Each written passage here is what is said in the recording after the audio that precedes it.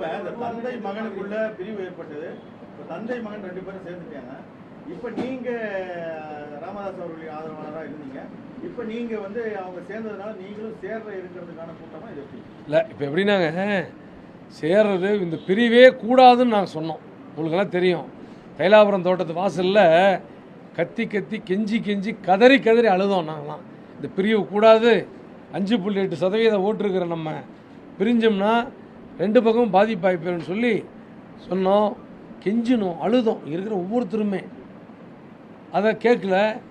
தேர்தலுக்கு முன்பு பிரிஞ்சு விட்டு தேர்தல் முடிஞ்ச பிறகு இணைஞ்சிட்டாங்க. 2.18% வாக்குகள் பெற்ற பிறகு.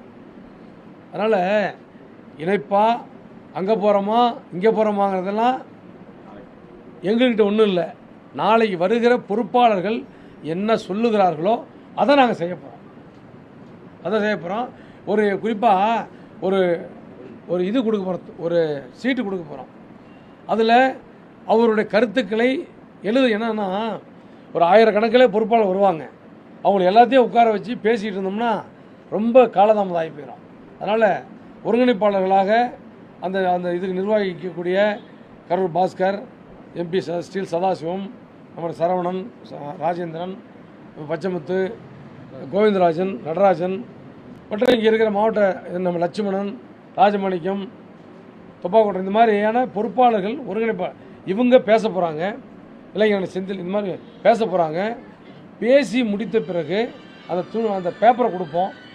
எல்லா பொறுப்பாளர்களும் அவங்களுடைய கருத்துக்களை எழுதி கொடுப்பாங்க. அதை ஆய்வு செய்வோம். நான் கட் பண்ணோம். இல்லை, 37 ஆண்டு காலமாக மருத்துவர் வழிகாட்டி கடவுளாக இருக்கிறான்னு சொல்லிட்டு வந்தீங்க. இந்த மருத்துவர் இன்றைக்கும் கடவுள் தான் அவர், நாளைக்கும் கடவுள் தான் அவர். ஐயா தரப்புல இருந்து உங்களுக்கு என்ன பேசியிருக்காங்க இந்த சந்திப்புக்கு அப்புறம்? அதை நாளைக்கு சொல்கிறோம். அதை ஏங்க, மருத்துவர் ஐயாவை பொறுத்த வரைக்கும் நேற்றும் கடவுள் தான், இன்றைக்கும் கடவுள் தான், நாளைக்கும் கடவுள் தான். அதில் எந்த மாற்று கருத்து இல்லை. என்ன வழிகாட்டாத கடவுள் போய் கதவை சாத்திக்கிட்டாங்களேன்னு தான் வருத்தம். அவர் சாத்திக்கிட்டாரா சாத்தப்பட்டதான்னு தெரியல. அதுதான் அவர் இன்னும் என்ன நிறையா சொல்லியிருக்காங்க. சொன்னதெல்லாம் நாளைக்கு சொல்லுவோம், நாளைக்கு பேசுவோம்.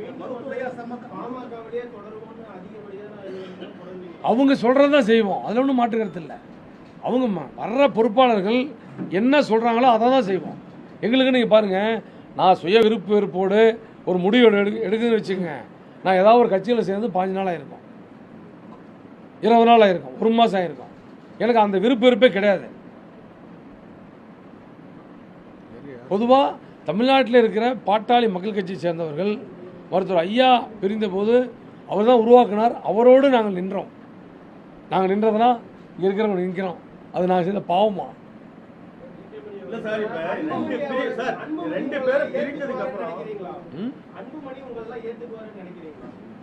அது என்னங்க, அது ஏற்றுக்கிறோம், அதை நம்ம அது குறித்து என்ன இல்லை, அது நாளைக்கு முடிவு பண்ணுவோம். ஏங்க சார், இப்போ ஒன்று வச்சுங்க, ஏற்றுக்கிறாங்களா ஏற்றுக்கலான்னு இல்லை. நாங்கள் என்ன கொலையாக பண்ணிவிட்டோம் எங்களை ஏற்றுக்கிறதுக்கு? அவர் ஏற்றுக்கலாம் என்ன இதாக இல்லை. அதான் அது குறித்து உள்ள நம்ம போக தேவை. இல்லை சார், 2 பேரோட பிரிவுக்கு அப்புறம் கடுமையாக அன்புமணியை விமர்சித்தவர் நீங்கள் தான் சார். கடுமையாக அன்புமணியை விமர்சித்தவர் நீங்கள். அப்புறம் ஜிகே சொல்லுவாங்க உங்கள் 2 பேரையும் இந்த கட்சியில் சேர்த்திக்கவே மாட்டாங்கன்ற ஒரு பரவலாக பேச்சு அடிப்படுது சார். நிலைப்பாடு உங்களை பத்திரிகை தொலைக்காட்சி சொந்தங்களே, உங்கள்கிட்ட நான் கேட்குறேன், பேப்பர் இல்லாமல் நீ தான் நான் பேசுகிறேன் பத்திரிகையாளர் நம்ம சந்திப்பில். என்னைக்காச்சும் பேப்பர் இல்லாமல் பேசியிருக்கேன்னா?